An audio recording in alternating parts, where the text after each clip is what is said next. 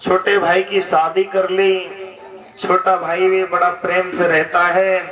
कुछ दिन बाद दौरानी जेठानी में बिगड़ गई और इतनी बिगड़ गई कि एक दूसरे से बोलना बंद कर दिया।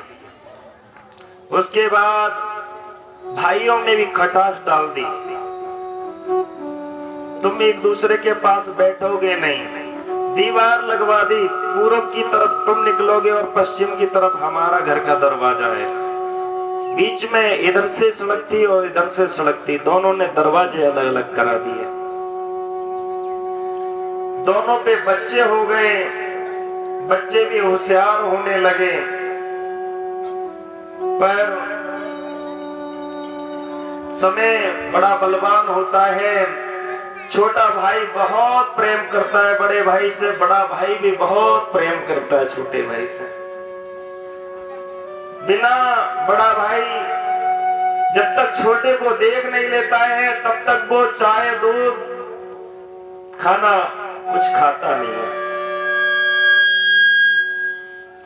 और जब तक छोटे वाला अपने बड़े भाई का आशीर्वाद नहीं लेता है, पैर नहीं छूता है, तब तक वो भी कुछ नहीं खाता है।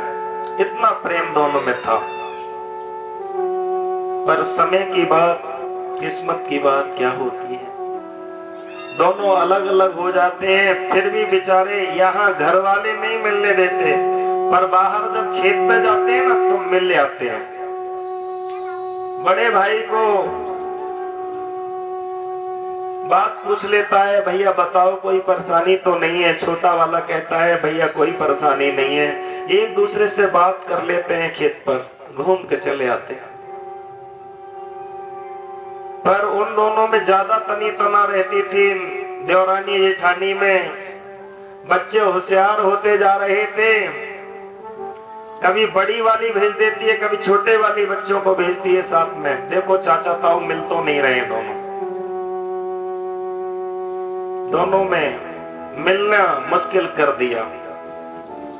फिर भी दोनों का मन नहीं मानता था। सुबह शाम जब कभी देख लेते एक दूसरे को दूर से खेत पे, तो ऐसे ही करके हाथ उठाकर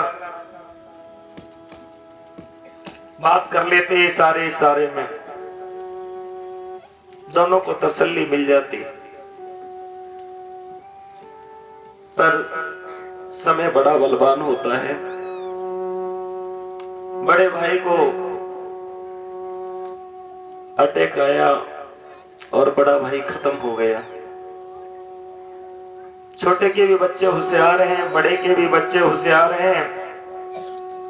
किसी ने आके बताया तुम्हारा भाई खत्म हो गया है। जैसे ही परिवार में पता चला तो ये निकल के जाने लगा, मेरा भाई खत्म हो गया, मैं जा रहा हूँ, अपने भाई का इंतजाम कराऊंगा, साथ लेके जाना है उसे, उसके साथ जाऊंगा मैं। तो घर से बाहर नहीं निकलने दिया। उसके बच्चों ने और पत्नी ने कमरे में बंद कर दिया मार पीट के। ऐसी दशा देखी नहीं जा रही थी। बंद कर दिया, लेकर चले गए छोटे बड़े भाई के लिए शमशान में राम नाम सत्य बोलते हुए क्रियाक्रम किया। लौट के आए। उसके बाद में भी उसको निकलने नहीं दिया छोटे वाले को। एक दिन हुआ, 2 दिन हुए, तीसरे दिन तिया होता है, उसमें बहुत तेरी कोशिश की बेचारे ने। वहीं थोड़ा बहुत दूध दे देते हैं, चाय दे देते हैं, रोटी दे देते हैं, खा लेता है उल्टा सीधा और बेचारा कमरे में बंद पड़ा रहता है। और वो कहता है मैं एक ना एक दिन अपने बड़े भाई की राख तक जाऊंगा जरूर। जिसने मुझे पाला पनोसा बड़ा किया उस तक मैं यदि नहीं पहुंचा तो मेरा भाई कहलाने का कोई मतलब नहीं। पर 10वें दिन 10वां हुआ, रिश्तेदार आए, पर उसे घर से बाहर नहीं निकलने दिया। यहाँ तक है वो टट्टी पेशाब भी जाता है तो उसके साथ जाते हैं घर वाले, वापस लेके आते हैं। अब कमजोर हो गया है, कुछ खाता पीता नहीं है, एक आध गस्सा खा लेता, जीने लायक।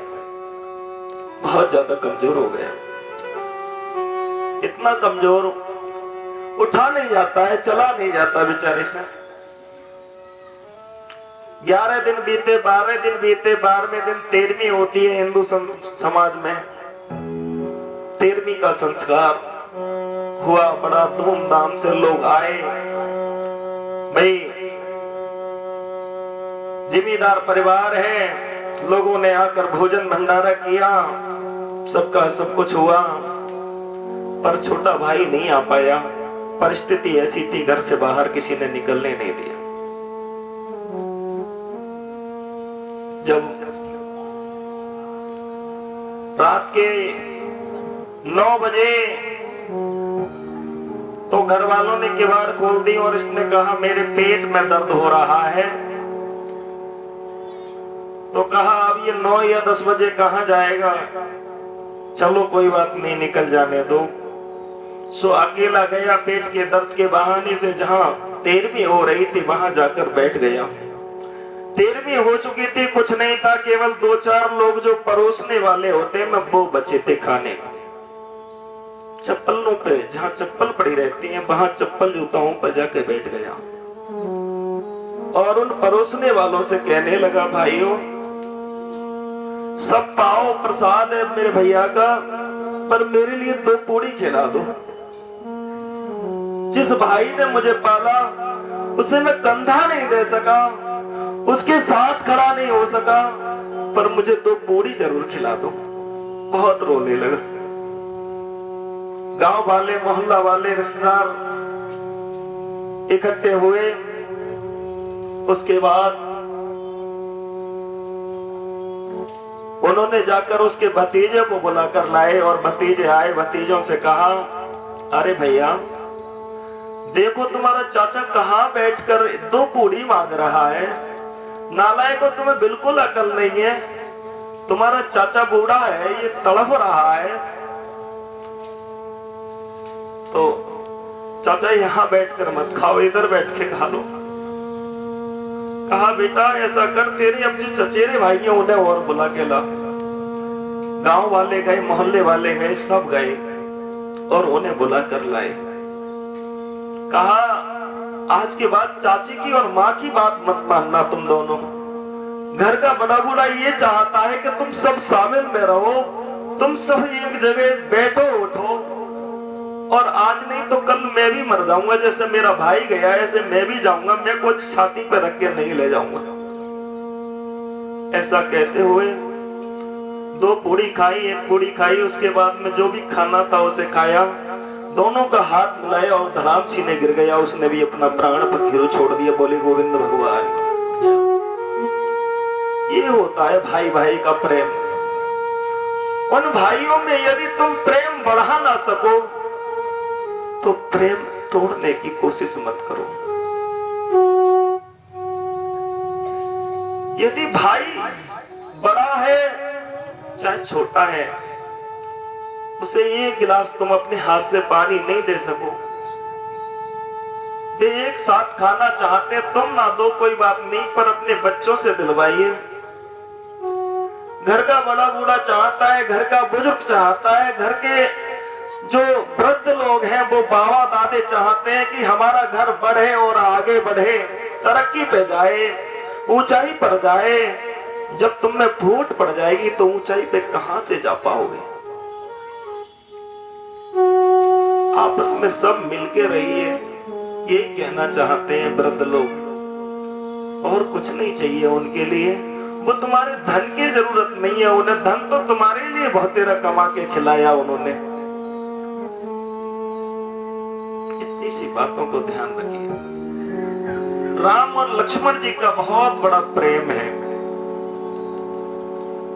लक्ष्मण जी अपने बड़े भाई राम जी के चरण दबाते हैं, रात रात भर चरण दबाते हुए निकल जाती है।